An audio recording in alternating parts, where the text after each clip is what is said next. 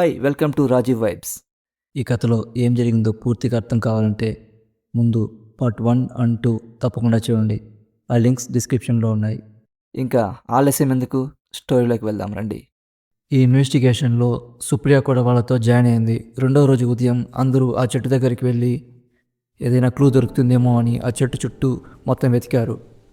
ఎంత వెతికినా అక్కడ ఏమీ దొరకలేదు. మళ్ళీ వాళ్ళు తిరిగి శ్రీను వాళ్ళ ఇంటికి వచ్చి ఆలోచనలో పడిపోయారు. కొంతసేపటి తర్వాత అందరూ కలిసి ఒక నిర్ణయం తీసుకున్నారు. అదేమిటంటే మనకిప్పటి వరకు దొరికిన క్లూ ఒక్కటే. ఎవరైతే అమావాస్య రోజు రాత్రి చివరగా వస్తారో వాళ్ళే చనిపోతున్నారు. కాబట్టి ఆ రోజు మాత్రం ఎవరు ఊరి నుంచి బయటికి వెళ్ళడం కానీ ఊరి లోపలికి రావడం కానీ జరగకుండా చూడాలి అని అనుకున్నారు. ఇలా ఆపితే మనకు ఏదైనా ఒక క్లూ దొరకచ్చు, ఎందుకు ఏమిటి అన్నది. అలాగే ఒక ప్రాణాన్ని కూడా కాపాడవచ్చు. అప్పుడు వాళ్ళు ఊరి పెద్దతో మాట్లాడాలి అనుకున్నారు. కానీ ఆ సమయానికి ఊరి పెద్ద ఊరిలో లేడు. సుప్రియ వాళ్ళ నాన్న కూడా ఆ ఊరి పెద్దల్లో ఒకరు.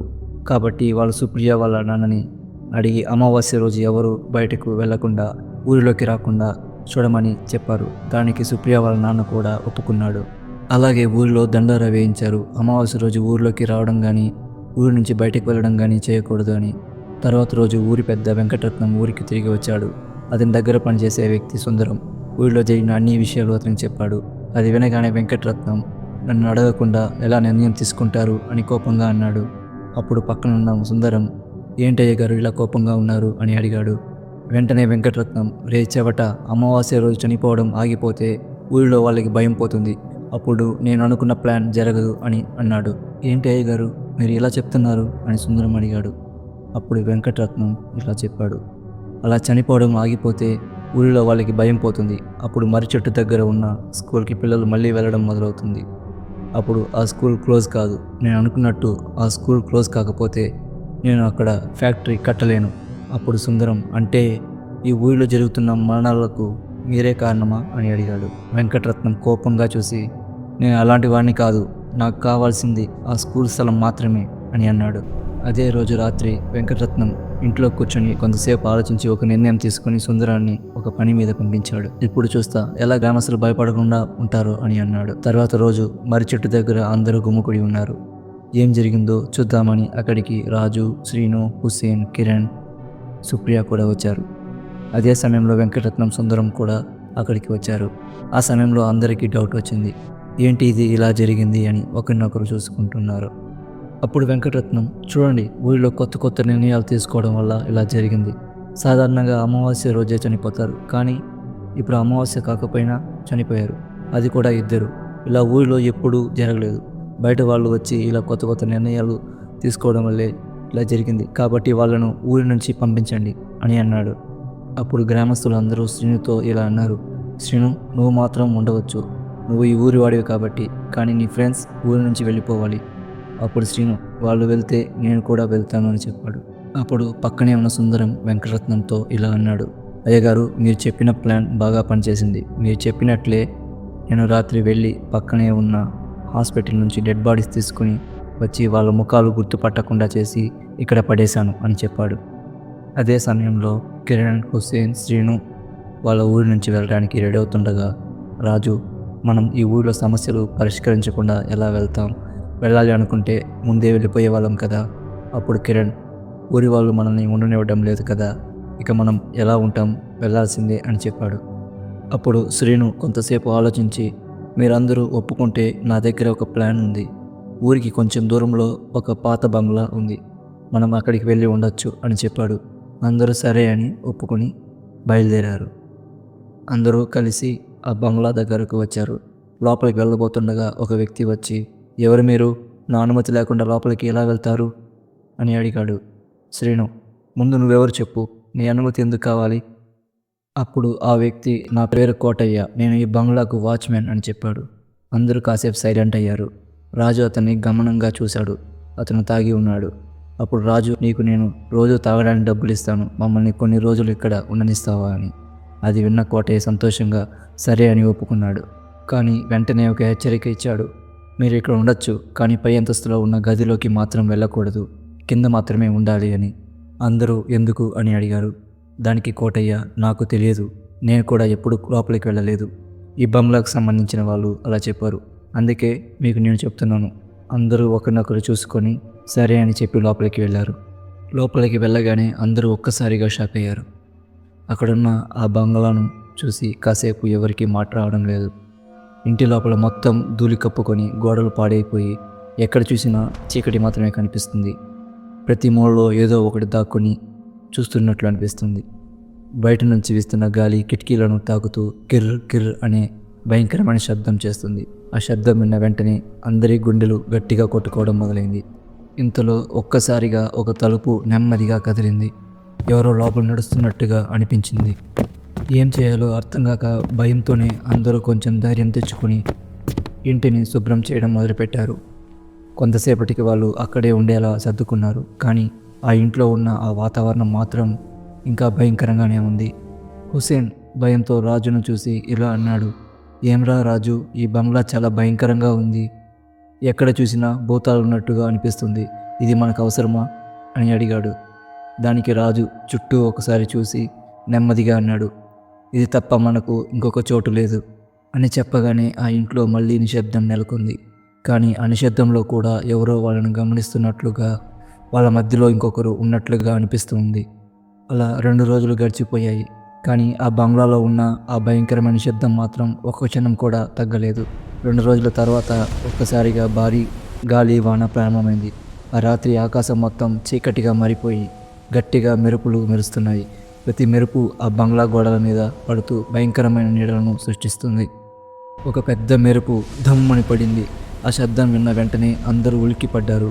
ఆ మెరుపు ఊరి చివర ఉన్న పెద్ద చెట్టుపై పడింది. ఒక్కసారిగా ఆ చెట్టు 2గా చీలిపోయింది. అలా చీలిన చెట్టు కింద పడిపోవడంతో భూమి కూడా కంపించినట్లు అనిపించింది. ఆ రాత్రి ఎవరికీ నిద్ర రాలేదు. ప్రతి ఒక్కరూ భయంతో ఒకరినొకరు చూస్తూ గడిపారు. మరుసటి రోజు సుప్రియ వేగంగా వాళ్ళ దగ్గరకు వచ్చి జరిగింది మొత్తం చెప్పింది. ఊరి చివర ఉన్న మర్రి చెట్టు మెరుపు పడడంతో 2గా చీలిపోయింది అని చెబుతుండగా అది విన్న వెంటనే అందరూ ఒకసారిగా షాక్ గురయ్యారు. ఎవరికి ఏం మాట్లాడాలో అర్థం కాలేదు. 2 నిమిషాల పాటు నిశ్శబ్దం అలుముకుంది.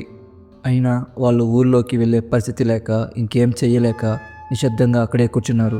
కానీ వారి మనసులో మాత్రం ఒకే ఆలోచన తిరుగుతుంది.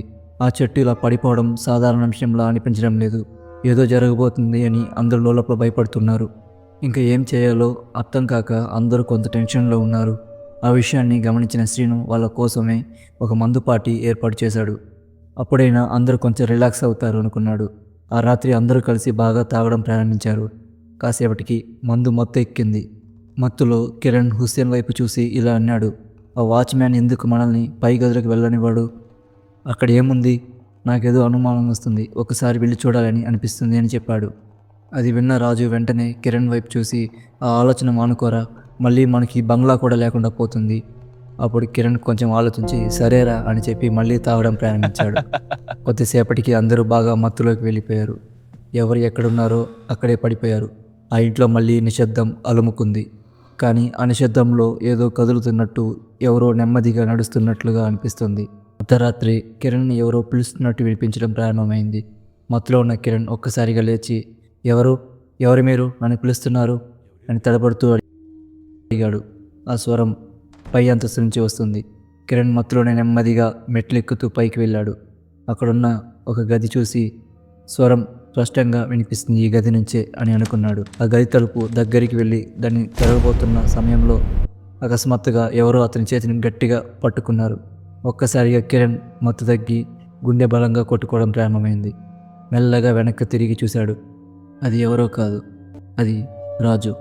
రేయ్, నువ్వు ఇక్కడేం చేస్తున్నావు? ఈ తలుపు ఎందుకు తెరవబోతున్నావు? నేను వద్దు అన్నాను కదా అని గట్టిగా అన్నాడు. దానికి కిరణ్ తడపడుతూ, లేదురా, నాకు ఇక్కడ ఎవరో నన్ను పిలిచినట్టు వినిపించింది, అందుకే వచ్చాను అని చెప్పాడు. రాజు కొంచెం కఠినంగా, అదంతా నీ భ్రమరా, రా వెళ్ళి పడుకుందాం అని చెప్పి అతన్ని తీసుకెళ్ళి పడుకోబెట్టాడు. మళ్ళీ 1 గంట తరువాత ఇంకోసారి అదే స్వరం వినిపించింది. కానీ ఈసారి చాలా గట్టిగా ఎవరో ఆర్తనాదం చేస్తున్నట్టుగా. ఈసారి కిరణ్, రాజు ఇద్దరు ఒక్కసారిగా లేచి కూర్చున్నారు. ఆ శబ్దం విని ఇద్దరికి భయంతో చెమటలు పట్టాయి. ఈ టైంలో ఎవరు ఇలా అరుస్తున్నారు? అది ఈ బంగ్లా లోపల నుంచే వస్తుంది అని భయపడుతూ ఒకరినొకరు చూసుకున్నారు.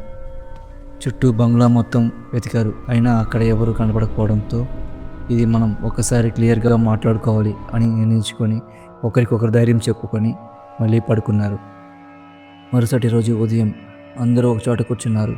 అప్పుడే కిరణ్ అన్నాడు, రే రాజు, నిన్న రాత్రి అలా గట్టిగా అరిచింది ఎవరై ఉంటారు అని అడగగానే హుస్సేన్ ఒక్కసారిగా భయపడి, ఏమంటున్నావురా, అసలు అరవడం ఏంటి, అది ఈ బంగ్లాలోనా అని అడిగాడు.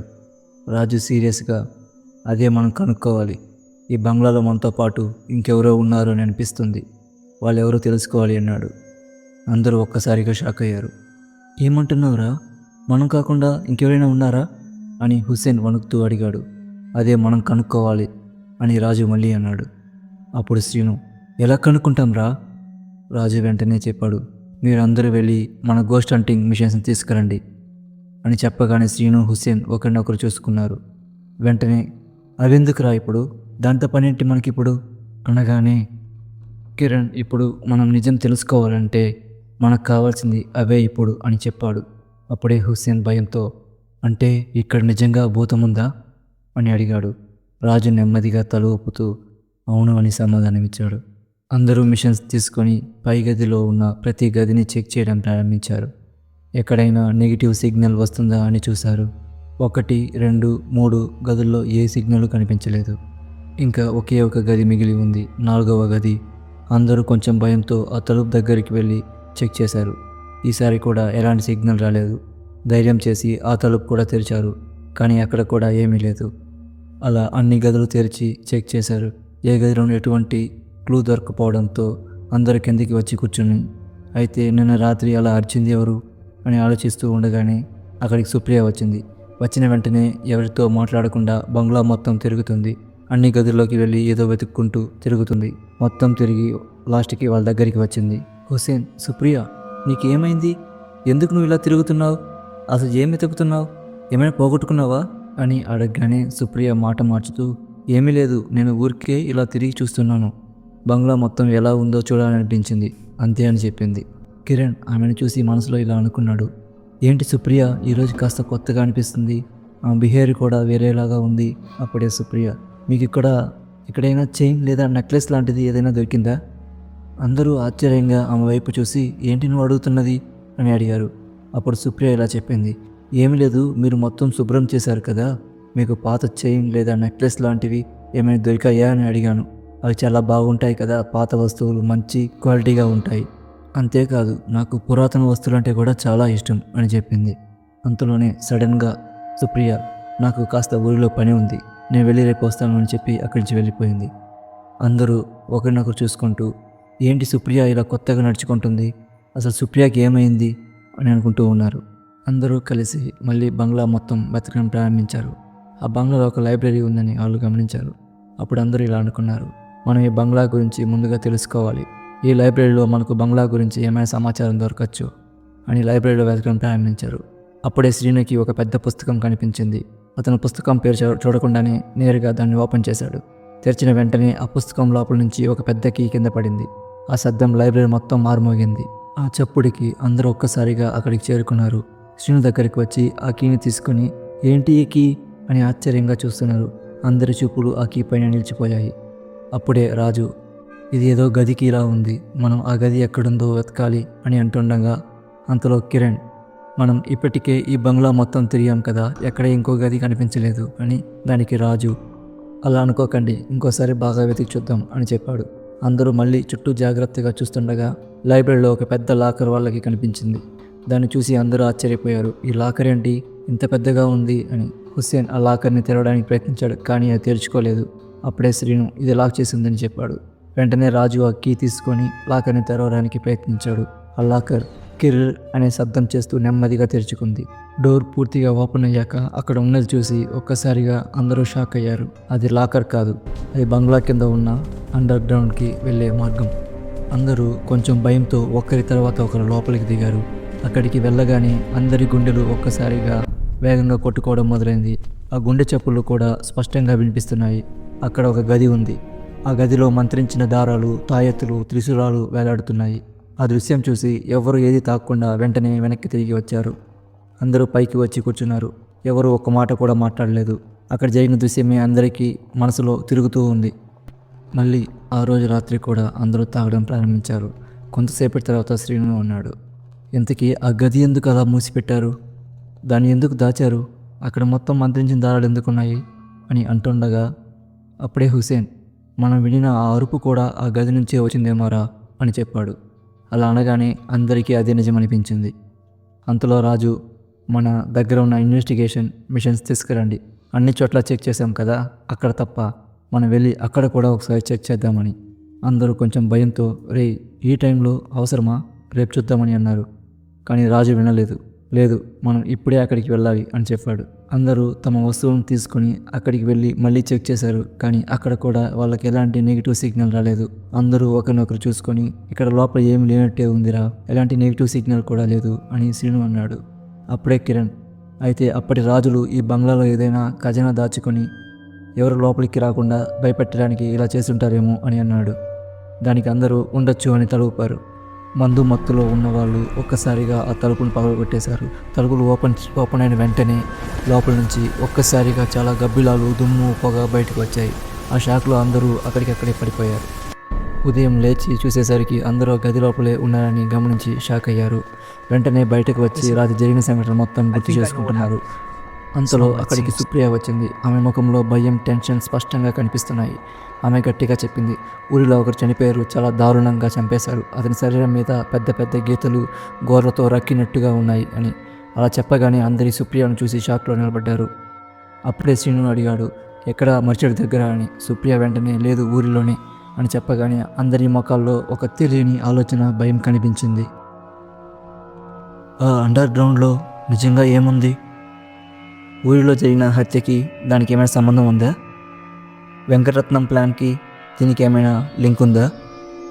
సుప్రియ ఎందుకు అలా బిహేవ్ చేస్తుంది? ఇవన్నీ తెలియాలంటే మీరు నెక్స్ట్ పార్ట్ తప్పక చూడాల్సిందే. నెక్స్ట్ పార్ట్ మిస్ కాకుండా చూడాలంటే లైక్ చేసి సబ్స్క్రైబ్ చేసుకొని నోటిఫికేషన్ బెల్ బటన్ని ఆన్లో పెట్టుకోండి. Thank you.